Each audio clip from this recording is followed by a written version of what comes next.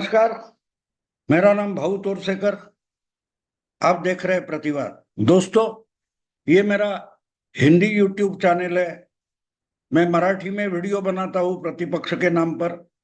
लेकिन जिनको सिर्फ हिंदी सुनना है उनके लिए मैंने अलग से प्रतिवाद चैनल बनाया है। अगर आपको मेरे हिंदी वीडियो पसंद आते हैं तो कृपया इस चैनल को सब्सक्राइब करें। दोस्तों, आज का जो सब्जेक्ट है इसका एक महत्व ऐसा है कि अभी अभी मैं 5 दिन महाराष्ट्र, पश्चिम महाराष्ट्र, पुणे से लेकर कोल्हापुर तक 5-6 जिलों का प्रवास करके आया हूँ। घूम घूम कर आया हूँ। कई जगह मेरे भाषण भी थे, कई चर्चाएं हुई, कई वार्तालाप भी हुए। तो इससे जो अंदाजा चुनाव के बारे में, विधानसभा चुनाव के बारे में जो अंदाजा मुझे हुआ है उस पर मुझे बोलना जरूरी लगता है। लेकिन हाँ, जब चुनाव के बारे में बोला जाता है तो इसका पलड़ा भारी है, उसकी ताकत बढ़ गई है, ये कैंडिडेट चुनकर आया है, ये मुद्दे चल रहे हैं, ये जो बातें होती है मैं वैसी बातें नहीं करता। क्योंकि जात पर या धर्म पर वोटिंग होता है ये मैं बिल्कुल नहीं मानता। हाँ, लेकिन कभी कभी जात पर, धर्म पर भी वोटिंग होता है जब वहां के कैंडिडेट या पार्टियां वैसी बात करती है। वरना तो देश में पॉलिटिकल एनालिस्ट छोड़े और राजनीति के अभ्यासक छोड़े तो आम जनता कब की धर्म और जाति से ऊपर उठ गई है। वो परिस्थितियां देखकर, माहौल देखकर ही वोटिंग करती है।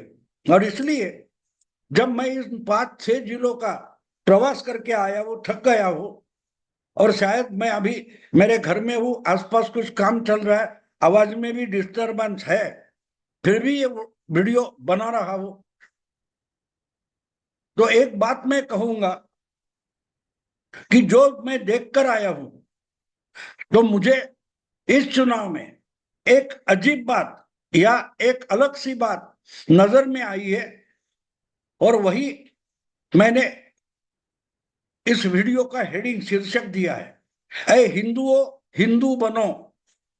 क्योंकि जब मैं घूम रहा था तो गांव गांव में जहां कहीं चाय पीने के लिए, नाश्ता करने के लिए रुक गया तो आसपास के लोगों से बात की। उनको पता नहीं था ये कौन है, क्या है, किसी पार्टी का है या नहीं। लेकिन उनसे चुनाव के बारे में बात करते हुए एक बात समझ में आ रही थी कि बहुत सारे लोग जाति पाति से उठकर अपने धर्म पर, हिंदू होने पर बोल रहे थे। और कुछ लोग तो यहां तक मिले कि बोले कि इस चुनाव में, इस विधानसभा चुनाव में हमको यह दिखाना पड़ेगा कि हम है कौन।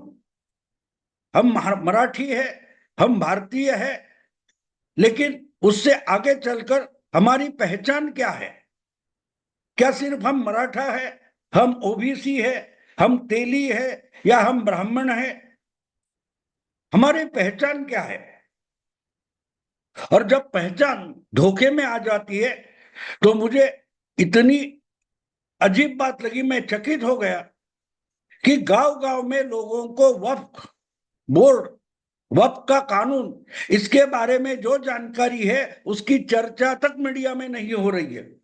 और इसलिए मैं मानता हूं कि जिस दिन 23 नवंबर को झारखंड और महाराष्ट्र का मतदान खत्म होकर मतगणना होगी और नतीजे आने शुरू हो जाएंगे, चुनाव के परिणाम आ जाएंगे, तब ये सारे के सारे पॉलिटिकल एनालिस्ट, पत्रकार चकित हो जाएंगे और बोले कुछ अजूबा हो गया है, कुछ करिश्मा हो गया है, कोई अंडर करंट था। अगर 5-6 जिले में घूमते हुए भाऊ तोरसेकर को गांव के आम लोगों से बात करते हुए, चाय की दुकान में, होटल में लोगों से बात करते हुए वो अंडर करंट पता चलता है, तो जिनका यही तो काम है पत्रकार करके, उनको ये अंडर करंट अभी भी संकेत या शॉक क्यों नहीं दे रहा है? दोस्तों, बड़ी अजीब बात दिखी और सुनी मैंने। लोग बोलने लगे कि हमें, हम कौन है, हमारी पहचान कौन है, ये दिखाना पड़ेगा। और वो पहचान दिखाने के लिए वक्फ के कानून को पराजित करना पड़ेगा, क्योंकि वक्फ का कानून देश की आजादी, देश का संविधान और हिंदू धर्म के लिए सबसे बड़ा धोखा हो चुका है। जो कुछ वक्फ का कानून दुरुस्त करने के लिए बिल लाया गया है, उसकी चर्चा गांव गांव में, छोटे छोटे कस्बों में हो रही है, और लोग बोल रहे हैं कि अगर ये वक्फ का कानून दुरुस्त नहीं हुआ तो हमारा घर हमारा नहीं रहेगा, हमारी खेती बाड़ी, हमारी जमीन हमारी नहीं रहेगी, हमारी प्रॉपर्टी हमारी नहीं रहेगी। कभी उठकर वक्फ वाले आ जाएंगे, बोलेंगे ये हमारी जमीन है, ये हमारी प्रॉपर्टी है, और हम कोर्ट तक अगर नहीं जा सकते तो आज हमारे हिंदू होने को धोखा उत्पन्न हो गया है, और उसको पहले रोकना पड़ेगा। जो जो वक्फ के समर्थन में है और वक्फ बिल के खिलाफ है, उनको हराना पड़ेगा, ताकि दिखाना जरूरी है कि हम हिंदू हैं और ये देश हमारा है, ये देश आम हिंदू की भी मालमत्ता है, प्रॉपर्टी है, ये दिखाना जरूरी है। और इसलिए गांव गांव के लोग एक तरीके से बोल रहे हैं कि आज हमें हिंदू बनना पड़ेगा। हम भारतीय है, हम मराठी है, हम मराठा है, हम ब्राह्मण है, हम ओबीसी है, जो भी कुछ है, दलित है, उससे भी उठकर दिखाना पड़ेगा कि हम वक्त के गुलाम नहीं हैं। और इसलिए एक तरीके से ये लोग गांव गांव के कस्बों के बोल रहे कि ऐ हिंदुओं, हिंदू बनो, एक दूसरे को समझा रहे कि भैया ये फ्री में क्या मिलने वाला है, राहुल गांधी की क्या गारंटी है, शरद पवार या उद्धव ठाकरे के साथ क्या अन्याय हो गया, उससे कोई मतलब नहीं है। आज हमें अपनी साख बचानी है, हमारी पहचान बचानी है, और वो पहचान क्या है? वो पहचान हिंदू है।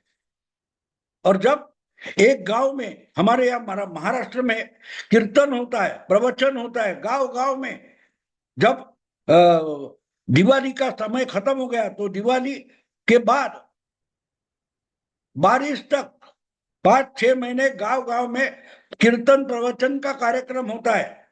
गांव के पूरे लोग इकट्ठा हो जाते, कोई महाराज आ जाते हैं या उनको बुलाया जाता है, वो धर्म के बारे में समझाते हैं, उसको कीर्तन प्रवचन बोला जाता है। ऐसे 2 कीर्तनकार मिले, उन्होंने बोला हम गांव गांव जाकर यही तो काम कर रहे आज, क्योंकि ये जरूरी हो गया, क्योंकि ये कीर्तनकार प्रवचनकार जो धर्म की पताका लेकर गांव गांव महीनों महीनों घूमते हैं, धर्म जागरण करते हैं, धर्म के बारे में आम जनता को बताते समझाते हैं, उनका कहना है कि पता नहीं अगर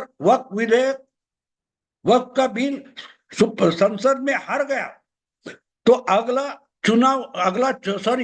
अगला चातुर्मास होगा कि नहीं, अगली बार पंढरपुर की वारी होगी कि नहीं। कुछ वारकरी मिले, वो बोले कि हमको हमारी पंढरपुर की वारी बचानी है, हमको हमारे मंदिर बचाने हैं। अगर मंदिर बचाने हैं मतलब हमारा हिंदुत्व अभिमान बचाना है, हमारी पहचान बचानी है, इसलिए हिंदुओं को आज हिंदू बनना पड़ेगा, ना कि अपनी अपनी जाति में बटकर रहना पड़ेगा।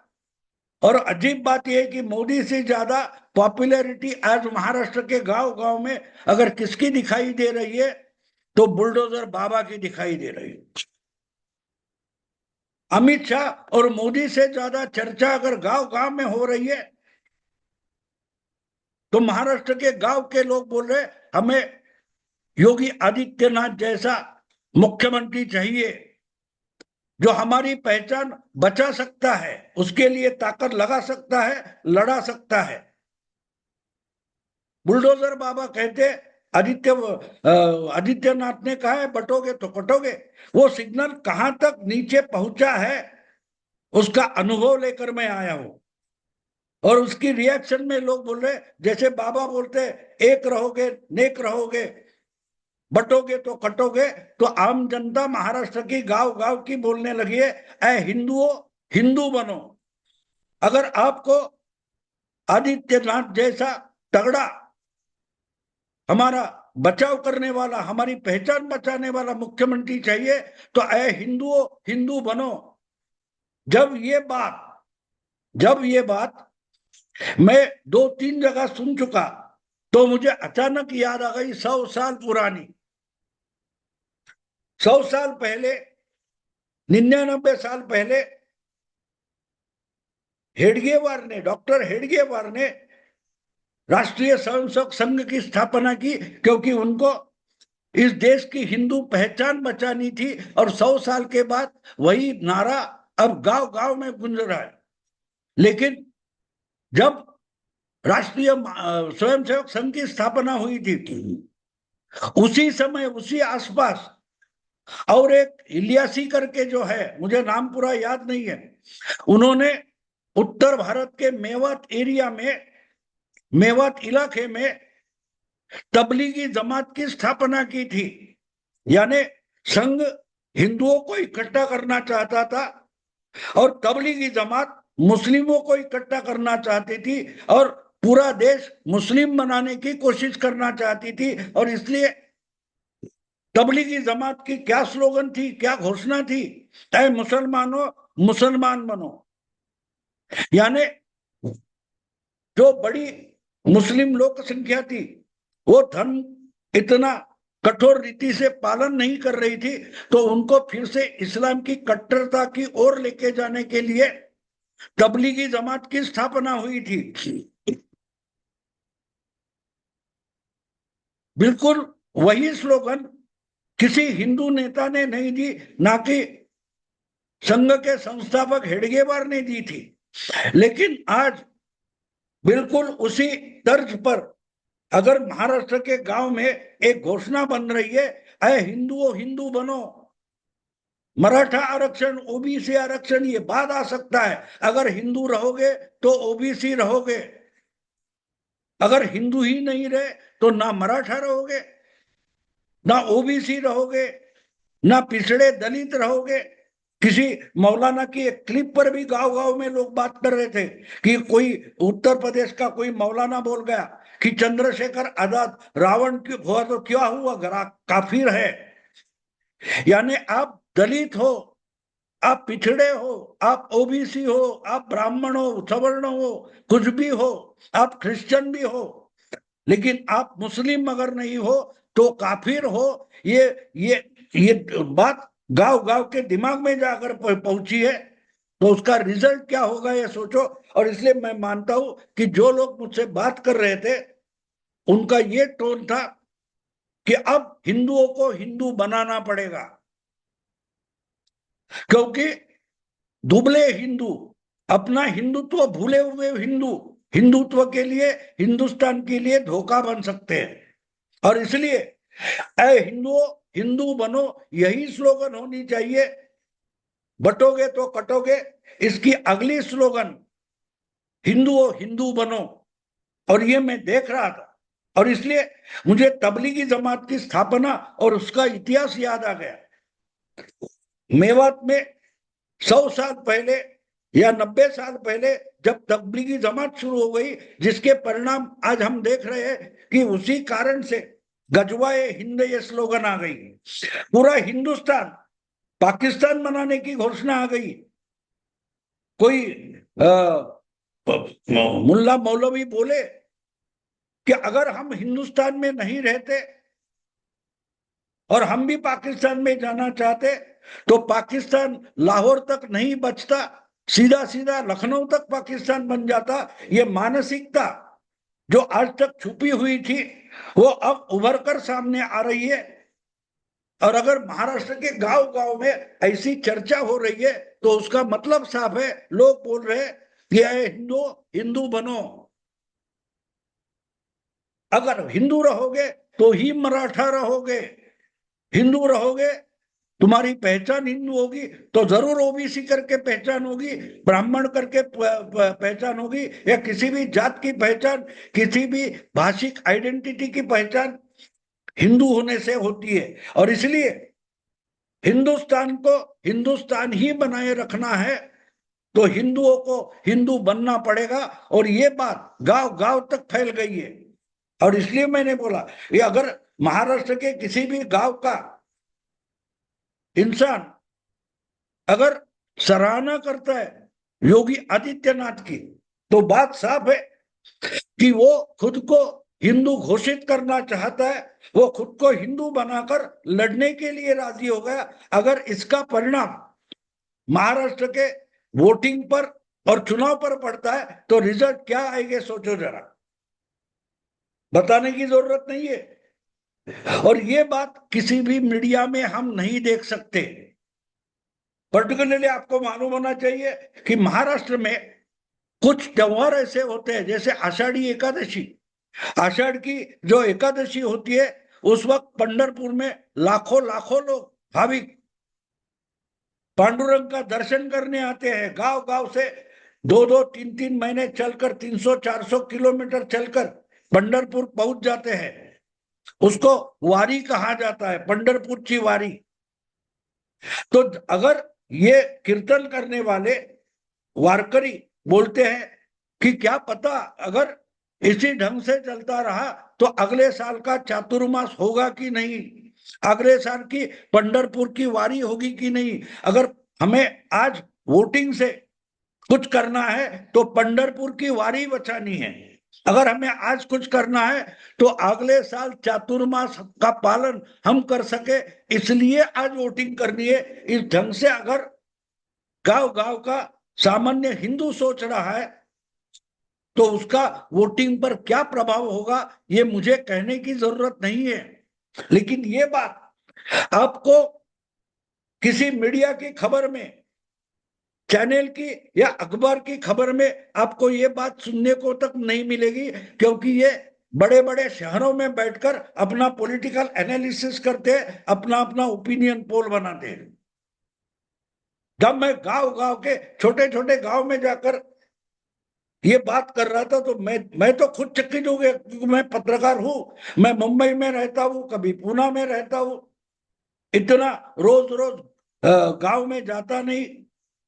तो खेडूत कैसे सोचता है, जो असली वोटर है 70% वोटर अगर खेडूत है तो उसका दिमाग जैसे चलता है वैसे ही वोटिंग होगा। और वो जिस ढंग से सोच रहा है वो कहता है कि आज की लड़ाई किसी रेवड़ी के लिए नहीं है, क्या फ्री मिलने वाला है, क्या गारंटी मिलने वाली है, क्या फायदा होने वाला है, क्या लाभ होने वाला है, उससे मतलब नहीं। आज अगर कुछ लेने के सिवाय कुछ देना जरूरी है और वोट देना है तो देने के समय ऐ हिंदुओं हिंदू बनो, हमको हिंदुत्व को ताकत देनी पड़ेगी। और हिंदुत्व को ताकत देना मतलब साफ है, हमको आगे जाकर वोटिंग करना पड़ेगा। और वोट किसको करेंगे? जो हिंदुत्व बचाना चाहता है। हमको इकट्ठा होना पड़ेगा, वरना हम हिंदू ही नहीं रहेंगे। हमारा हिंदुत्व बचाना, और हिंदुत्व बचाना का मतलब साफ है, जो जो वक्त के खिलाफ है उसको ही वोट करेंगे, जो जो वक्त के साथ है उसको हराएंगे। ये लोग बोलते हैं तो समझ में आता है कि वोटिंग पैटर्न क्या बन रहा है। ये आपको ओपिनियन पोल में नहीं मिलेगा। ये सब आकलन करने वालों को 23 नवंबर को बहुत बड़ा शॉक लगने वाला है। और जो बात अगर महाराष्ट्र में हो रही है तो झारखंड जहां बड़ी तौर पर धर्मांतरण का काम चलता है वहां इसका कितना बड़ा शॉक लगेगा ये भी सोचो। आपको याद होना चाहिए कि पिछले 1 साल पहले रायगढ़, राजस्थान, मध्य प्रदेश, छत्तीसगढ़ के चुनाव हो रहे थे। तब मैंने बताया था कि छत्तीसगढ़ के नतीजे चौंकाएंगे। बीजेपी खुद मान रही थी कि बीजेपी छत्तीसगढ़ हार रही है, लेकिन जीत गई। इसका कारण भी वही था, हिंदुओं को हिंदू रहना था, हिंदुओं को हिंदू बनकर दिखाना था। और वही भाव अगर आज महाराष्ट्र के गांव गांव में दिखाई दे रहा है, इसके लिए धर्म जागरण करने वाले कीर्तनकार, प्रवचनकार, बुआ महाराज अगर काम कर रहे हैं तो सोचिए 23 नवंबर को हम क्या नतीजे सुनने वाले हैं। दोस्तों, अगर यह वीडियो पसंद है तो लाइक कीजिए, शेयर कीजिए और प्रतिवाद को ज्यादा से ज्यादा सब्सक्राइब कीजिए। नमस्कार।